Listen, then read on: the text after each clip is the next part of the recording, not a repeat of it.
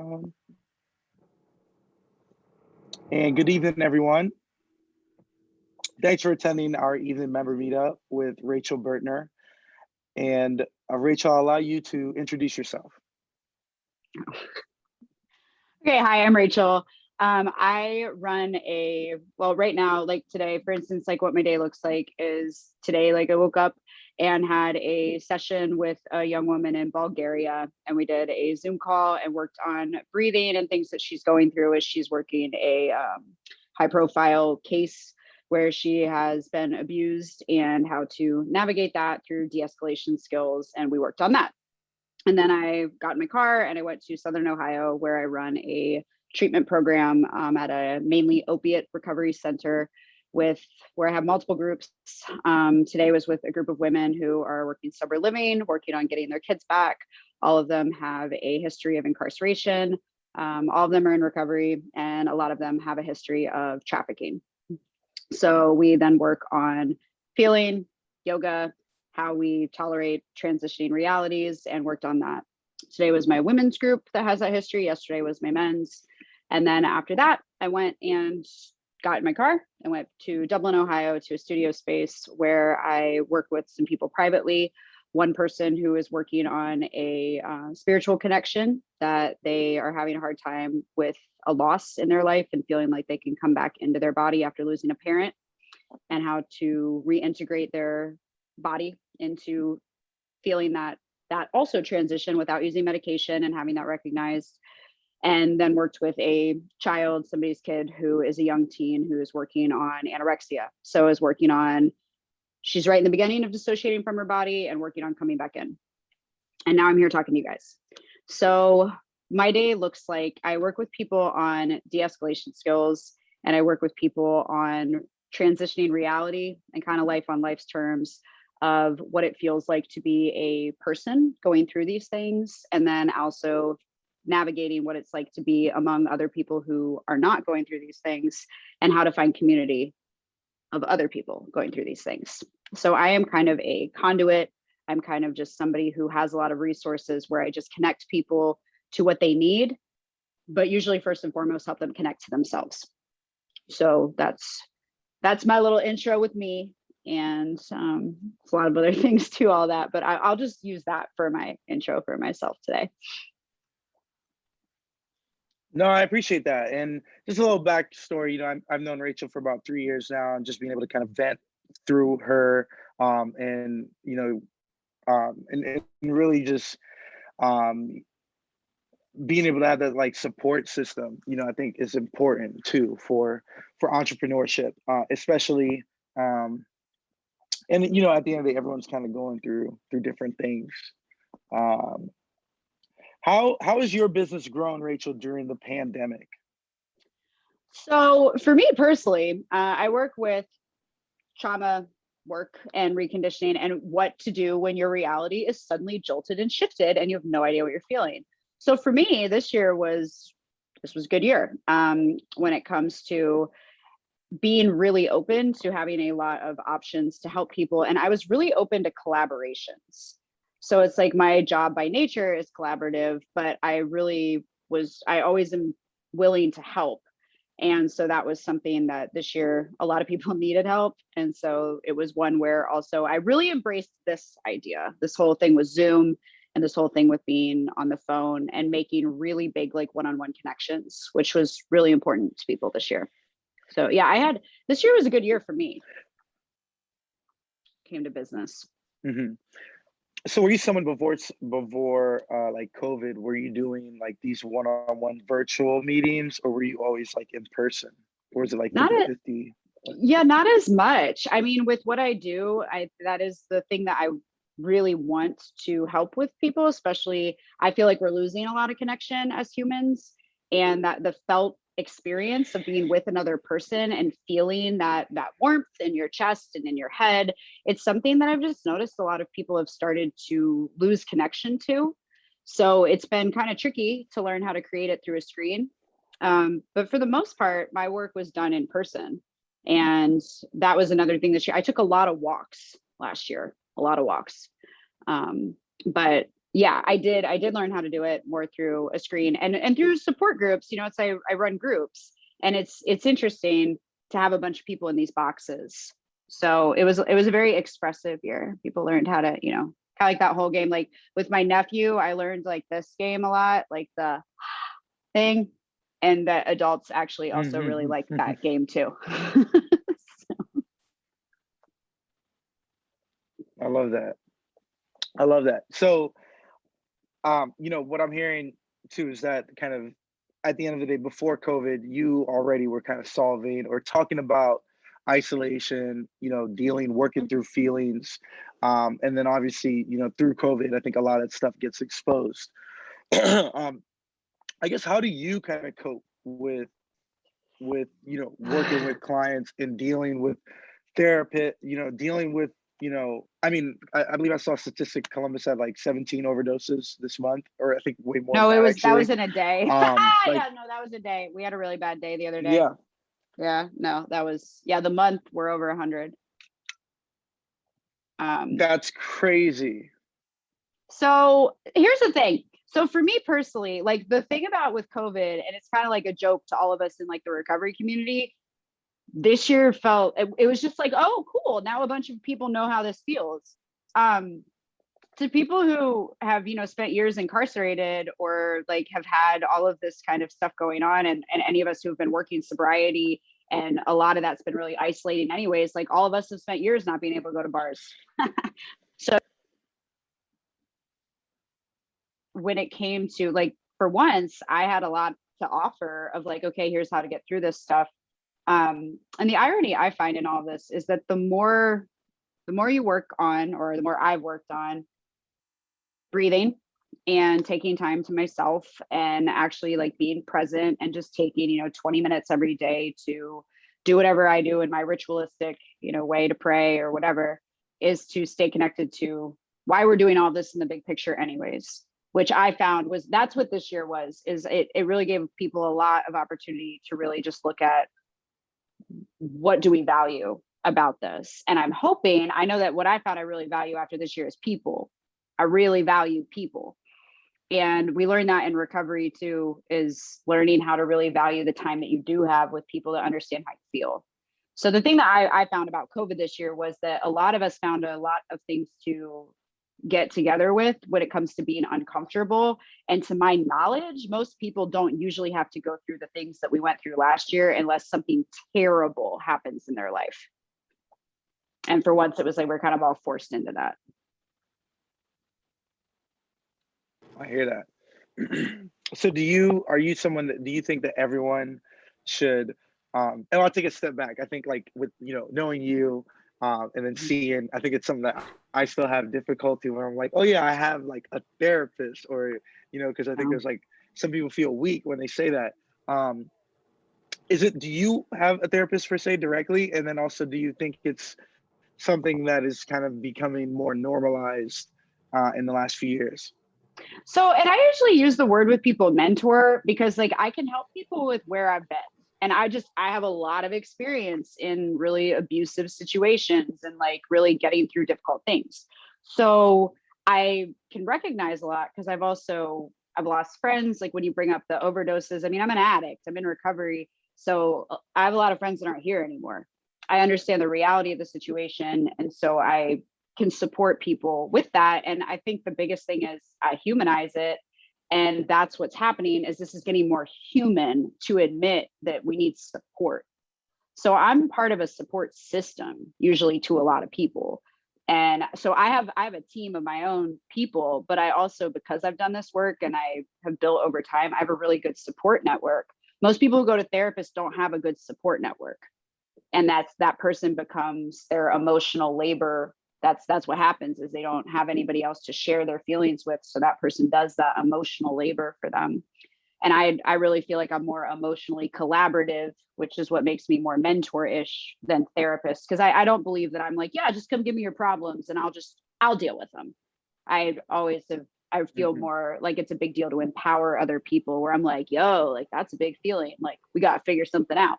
I can't just take it, because then who am I going to pass it to? So yeah, I do have people that I don't Yeah. I don't Yeah. think it's responsible to do this work without having people to talk to. So I for sure always have somebody to talk to.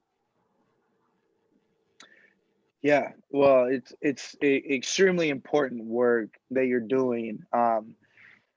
I guess for you and when you're working with people, and I know we have a question here in a second. Well, Brian, I'll let you ask your question. Yeah, Brian, what So question do you have? you said emotionally collaborative, and that really struck with me. And Rachel, you and I have worked together a lot before. We're buddies. We're tight. I call up and bug Rachel kind of whenever I want to, and so I had to join this today. So thank you for being here and being present and answering all of our questions. My question is, when you said emotionally collaborative, that's a huge one, and I think that's something that all of us on some sort of level are looking for. 99% of people are empathetic. We all need some sort of touch, whether it be physical or emotional or even just a text or a hey. We need connection with people. But after a year of being isolated and kind of letting those things go, what's the best way to really rekindle all of the things that make us emotionally collaborative with people, because we were tending away from that before the pandemic, and then the pandemic hit, and now I at least realized what I was taking for granted in social situations with people, seeing people, being around and having that human connection. So how do we reintegrate ourselves with each other and be better than we were before? How do we digest this whole thing? Because I think it's going to be doubly hard because we haven't had the practice over the last year. We've So never done this before ever. I mean, like that's the fun part of we've never done this. Like that's why I say it's collaborative, because a lot of times when people will be like, what do we do? I'm like, I don't know. I don't know, but let's figure it out. Because that's the thing is it's like I tell people I work with, I'm like, new means new. And so when we're gonna do like that's why it's a collaboration, because when you look at history, whenever anything like this has happened, it doesn't tend to go well. We don't do a great job. So this time, it's like we can learn from what doesn't work, and what doesn't work is getting angry and yelling and saying, my pain's bigger than your pain, and I was lonelier than you were. And so if somebody says to me, like, hey, I had a hard year, I don't go, I did too. I go, cool, tell me about it. What happened? I take my turn.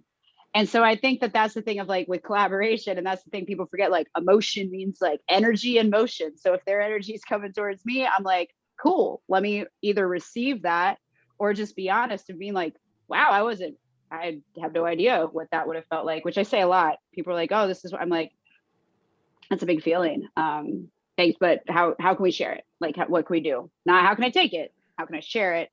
And I think that that's like the big thing that we're going to do this time around, is that with this one where people are like, what do we do? I don't know, but I think we don't blow it. Like that's what I hope this time, that we are kind and we're patient and we slow down, and that some of us have learned how to take, like really deep breaths to just be like, okay, the first thing I'm going to do is just kind of sit here with you and figure out just even feeling each other out. That's what I've noticed, is it's kind of like we're a lot like animals. And the biggest thing I study, it's like the vagus nerve. And somebody even came up with, there's the polyvagal theory, which means that my expressions send out signals to another human being to let them know if they're safe. And so the biggest thing is it's like it's crazy to think of that what we could do when we go out and we see each other. This is hard with the whole mask thing, but it's like 6 feet away, maybe pull it down and smile and just be like, human, hey, nice to see ya. Cool. And allowing that exchange to happen, for somebody to be like, oh wow, somebody actually sees me and they're happy about it and I'm safe. And I think that's the big thing with the energy that's collaborative. We got to make sure that the energy feels good to even be around. so doesn't that take feeling safe in your own energy before you can feel safe with another's? Yes. Or I mean, yes. Or it does take saying, I don't know how to do this, and asking for help. I think that's the big thing after this year. That also is the big thing. It's back to what Manny said about the therapist thing. It's like the weirdest thing. And I'll say to people, like even like friends of mine, I don't ever step in on certain people in my life. They'll be like, yeah, but and I'm like, you didn't ask for help. I'm not gonna overstep. But it's like that's part of it, of being able to be willing to ask somebody who has knowledge of how, like, oh, you used to be anxious, how'd you calm down? And then being willing to, that's the collaborative part is, well, and you've worked with me, Manny's worked with me. I don't just sit there and go, hey, you do this and I'm just going to watch. I'm like, hey, let's do this together. I don't ask anybody to do anything I'm not willing to do. And I think that's the biggest thing about this year. People can't ask people to do things they're not willing to do. So that's the part too that I think is going to change, is that we all have to do things. We can't just give advice we wouldn't take. Yeah, no, that's real. I mean, I think that just being able to, I think you have a very good ability to just, it's really just be empathetic and have a conversation.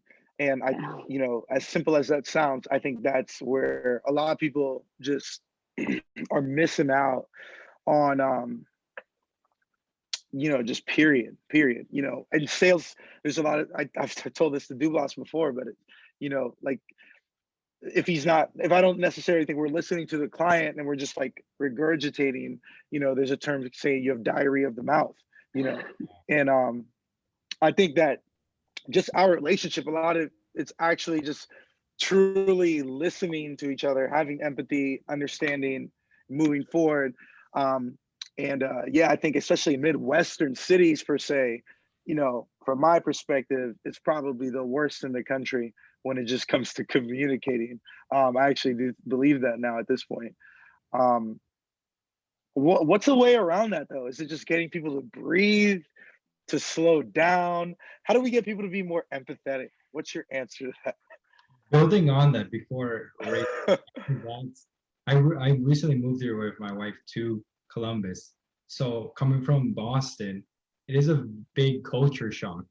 When I've been here because I've been here for university. When she got here, her integration was very abrupt, and she's like, people are smiling and saying hi. This is pre-COVID, like maybe a month, and everything shut down. So it was interesting to see her go through that, but also seeing Manny say, I feel like they're more empathetic here, though. People are a little bit more kinder here. But it is, again, I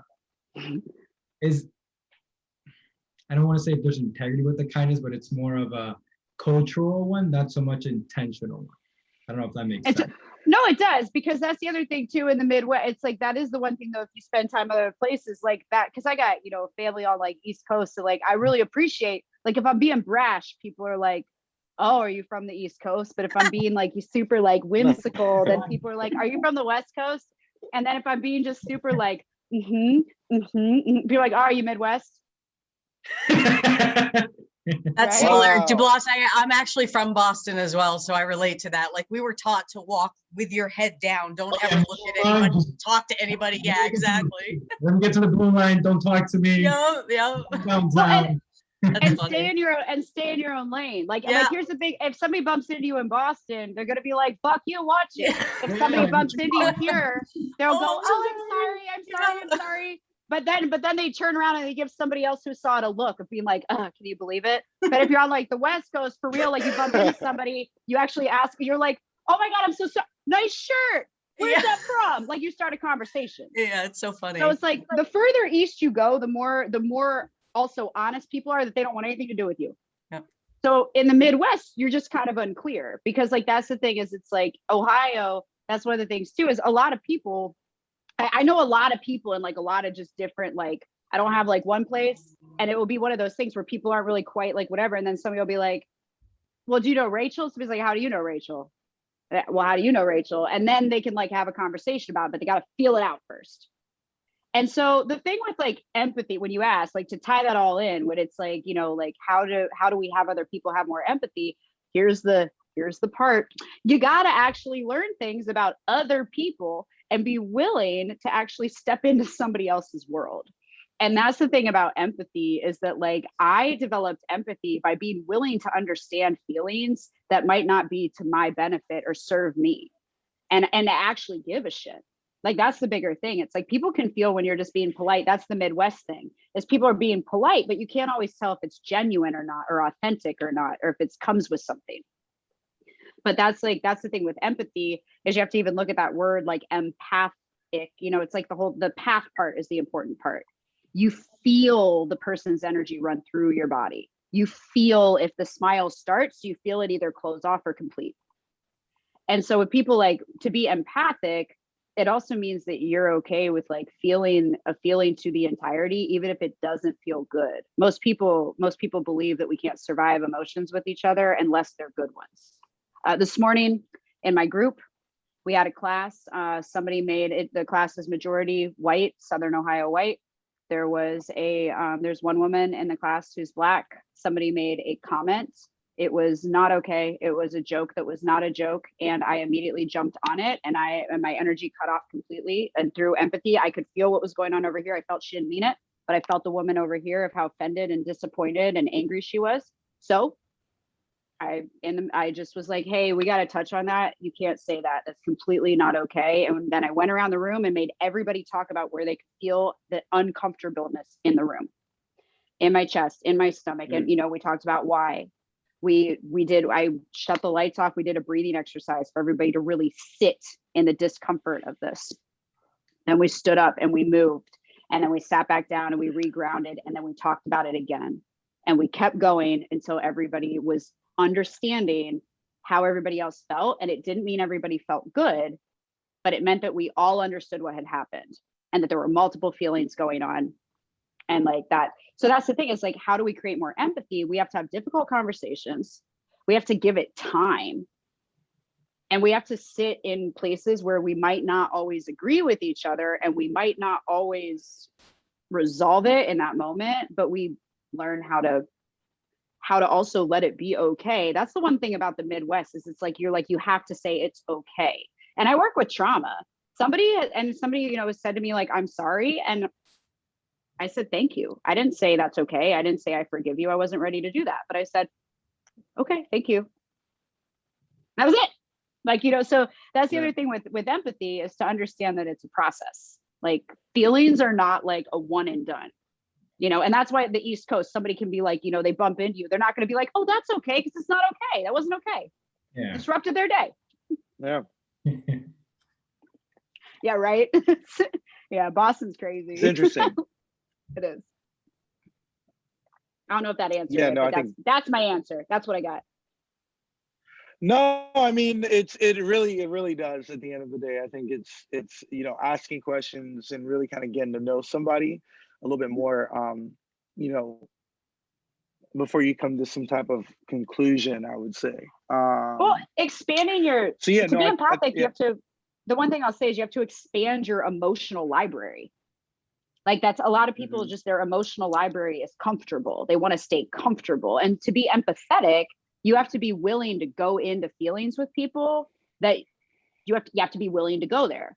And so it's kind of like, with kids, like, if they're hurt and that it's not that bad, you have to be able to ground them by having a bigger feeling for them to hold on to. And that's the thing with empathy as well. It's like, we have to make unsafe people feel safe, but we have to be willing to step into that feeling with them. Got it. Yeah, and if anyone has any questions, feel free to ask away. I got a couple questions, Rachel. What's up, man? I'm a student, and I go to Dennis University. We are very, our student body, I feel like our generation is very aware of mental health and other issues. I guess, what do you see, like, there are different issues between the generations, but like, how do they play out? What gets you hopeful about the younger generation as they come up? I'm hopeful that they actually want to feel. They like having feelings. They push feelings. I have noticed with my parents' generation, and some they really bought into a lot of them. Were PTSD from the war.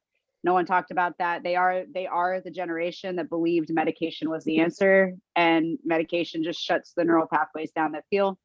So I'm hopeful that this generation is pushing it with that generation of being like, nah, we want to feel big things. We want to have, it's like even like what they do with TikTok, I don't really get it, but they love it. And like the dancing and the laughing, they want to connect and they want to have these games with each other. They're really into celebrating doing the same thing. This generation does make me hopeful because they are creating a lot of noise around acceptance. They really are, like way more than our parents' generation did. They really were keeping that stuff behind closed doors. and we literally put it on the internet, and if it gets shut down, somebody pops up another site to keep going. I know that some people will go, oh, another hashtag movement. Thank God people keep them going. You know, like this generation isn't going to stop. And that's really, really amazing, is that our parents and that parents' generation, they were willing to stop and to reconform, and they outgrew this like movement. And I'm hopeful that this generation, because they're so young and movements are a part of them growing up, that they'll just keep it going. Kind of like how our generation keeps reality TV going and all that kind of stuff. Like, because it started, it wasn't maybe right, but we just kept going with it. We can't get enough. So hopefully these kids, because that's what happens in conditioning. And I do know that as a cycled person who works with cycles of humans, anything they start doing, they won't stop if it's in their developmental years. Wow. So for some of them, like, they're in movements now, and for them, they're kids, they're resilient. This is normal. So they're just going to keep running towards that goal. To me, that's a big, and the fact that mental health is not as stigmatized, and somebody like me gets to work with the people. Like what I do with people, I just said it to my guys group yesterday. We were talking about feelings. And at one point somebody said, why is this so difficult? And I was like, you really think 30 years ago, a white woman teaching yoga would have been able to sit in a room with white men and ask them how they feel, and it would have gone this well? This is progress, friend. So that's the other thing too, is I celebrate progress where it is. And like, it's a big deal that we even can have this conversation. Like that's progress. So if we're at this point, our parents never got to this point. Our parents didn't do this. Yeah. No, I mean, you touch a lot of things, a lot of things there, and I am very hopeful for the young generations too, as well too. I think they're kind of putting their flag into like what they believe in, and they're not really like budging, you know, like what they did with Trump and like that TikTok conference, and like that was kind of epic if you think about it. That's like a whole chapter in a book. So yeah, no, I do think it's there's a lot of good things kind of on the horizon. It's very interesting though. I think too. I think it's just where you're at in the world though, you know, compared to like in a Midwestern city as East Coast, or if you're in Florida, you know, I think it's just you deal with different traumas, and you know, I think it's yeah. I would just say this, because when you then I you was make a just good talking out point. loud. Yeah, well, you make a point though with this and with kids, because I will say, is it Dubois? Is that how you say your name? Yes, Douglas, that's correct. Dubois. Okay, it's a cool name, but I've never heard that before, so I didn't want to get it wrong. But the thing that also is happening with kids is that the other problem is they are a sensitive group. We are going to have to start worrying about feelings, because there's also never been this number for suicide with kids. There's never been this number. So if we don't do something, as in like as adults, if we don't learn how to model getting along and model acceptance and model making each other, you know, if we don't figure it out, and that's the thing like that Brian was saying of like this emotional collaboration, if we don't figure out how to be with each other's feelings and make it safe for people to want to be alive, this generation is going to show us that they're just not going to do it. And that's the real crazy part, because my parents' generation, they put their head down, they took the medication, they just kept going. And a lot of them, yeah, just push it off to the side and keep going. This generation is like, if you don't accept me, if I can't be myself, if you don't let me feel, I'm out of here. And they mean it. Yeah, last year and freshman year, I think we lost some people at my university. And it was a small university. I was like, And yeah, ever since then, pushing it. Yeah. In Powell, Ohio, at a school here, I have a 17-year-old that I'm working with. He attempted over the, you know, over what happened with COVID. He attempted, and at this point, he's now lost 11 friends in the last 2 years. He is 17. 11 people that he knows from his school. Yeah. So it's like, so that's the thing. It's like, What? Like, yeah. In high school? Mm-hmm. In Powell, Ohio. Yeah, they're not going to report it because Powell. again, That's like the richest suburb. Yeah. Wow, that's crazy. Yeah, it doesn't. And again, that's another, you know, like it's not going to get reported because of affluent Yeah. families, yes, and Helen, yes, lost as in suicide. So they are they're having a real problem with, absolutely girl, with drugs and with suicide and with mental health. So that is what's going on. So yes, so with that generation, that's the other thing. It's like, it does depend on where you are, but it also depends on the information you have access to. I have access to the information about overdose, about suicide, about that kind of stuff. But because again, families don't always want to be honest about it, which is their right to protect that information. We will then have to depend on people taking care of the people around them. And that is one thing I'm finding with that generation, is they are starting to create more of a community earlier and earlier than our parents' generation didn't really do it. And we're all getting better at it, but they're really getting better at it. That's good. That's good. Well, yeah, that's a heavy subject, honestly. Yeah, it's a real one. I guess, facts. Like what do you do? Like, how do you stay positive and motivated? And, Rachel, when you're dealing with this type of news every day, like, what do you do? Well, so there's like kind of two parts to this where I am a spiritual practitioner, so I don't shove, any belief system on people, but I do have faith and I do have a connection to something bigger than myself that helps in these moments. But I struggled as a teenager and had a lot of issues with this stuff, and am a failed attempt as a kid. And so for me, I understand it on an intimate level, and I just know that there have to be people. There just have to be people that can, and adults that can listen and can be there. And so I stay committed to my commitment to being one of those adults. I believe I question, I ask every day, like, what's my why? Like, that's a big thing that, like, people, where we do this work, we say, what's your why? And if people get really down, like, what's your why?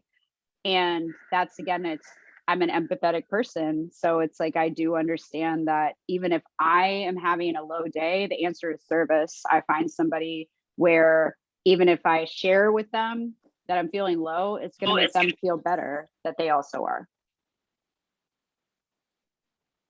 Yeah. I'm sorry, Jackie, did you have something? No, I'm Or sorry. just, no big deal. Yeah. Okay. Nope, I'm done. Oh, good. Rachel, Yes. Yeah. what's one thing every one of us can do, once a day, once a week, just to keep on our mind that we can practice in order to facilitate community as we start to drive forward community activities again? Go out in it. I mean, like, that's like the one thing, where people, like, that is an interesting thing about there's, the online community, but there's the real one. And I've noticed that it means a lot to people to, like, take a walk and smile at them and say hi, and to go to a business, like a privately owned business. That's the biggest thing, is, like, for me, of going to a privately owned business, talking to who's working, and and exchanging, like, once a week, of course, I'm spending money somewhere, so I make sure that I'm going somewhere in my community where I'm putting my money back into the community and I'm making a connection. To me, that, I believe, really is, like, one of the biggest answers here, is to stop putting money in privately owned places. And I really learned that after this year, and to boost my community in that way by putting my energy back into places where it's somebody that I'm supporting them, I know them. And then, of course, if I'm frequenting there, other people in the community are going there, and then I'm going to meet my community that's supporting my community. And that tends to be how that grows. One of the biggest ways I grew my business this last year, didn't even mean to, is I went and supported other people. That's what I did. I went and, like, I supported their business, and eventually they'd see me so much, they'd ask me who I was. And, and I'm one of those people where people do like to just, like, be like, you're kind of weird, what's your thing? And so then we'd have a conversation, And that's the number one way that I have even had. I've never advertised myself. I've been word of mouth the whole time. And I've been doing this now for 7 years and I'm doing really well. But that's how it is. Yeah. Right. Yeah. Local. Yeah. Living local and supporting people around. It's the best. And that's what people have done for me. They just support somebody that they see around all the time. So I think that's the biggest thing of like what you can do is like go out, go into the community. You know, And I just love that because I'm gonna be out and going into the community. I'm fully vaccinated, so I'm super psyched about that and everything else. And I'm still gonna obviously I hate how it's political, but do the accepted thing and socially distance. But if I can hold that intention of actually interacting with the community, I think that would be like twice as effective. Just holding it in my mental while I go around. And I think that kind of answers all of my questions that I had for you today. That one thing, just intentionally be a part of something. And yeah. I can intentionally be a part of every shop that's, within 5 feet of my front door. So Yeah. I love that. Anyway, thank you. Yeah, absolutely. No, I love that. Yeah, and I mean, high level, that's with Collaborate and Elevate, that's the whole mission, really just kind of having that community in Columbus and really just helping one another. From my opinion, I don't think there are really a lot of good networking groups per se, or anything like that. Just like follow up, really, that just kind of help someone develop, especially Black men. So yeah, and I think that's why we kind of get along so well, because we kind of have that similar mission and vision. Yeah, are there any kind of going away questions for anyone? Rachel, I really appreciate your time and want to make sure you have enough time to enjoy your dinner. Any going away thoughts or questions? Cool. Yeah. Well, Rachel, we really appreciate your time. Thank you for spending time with the community.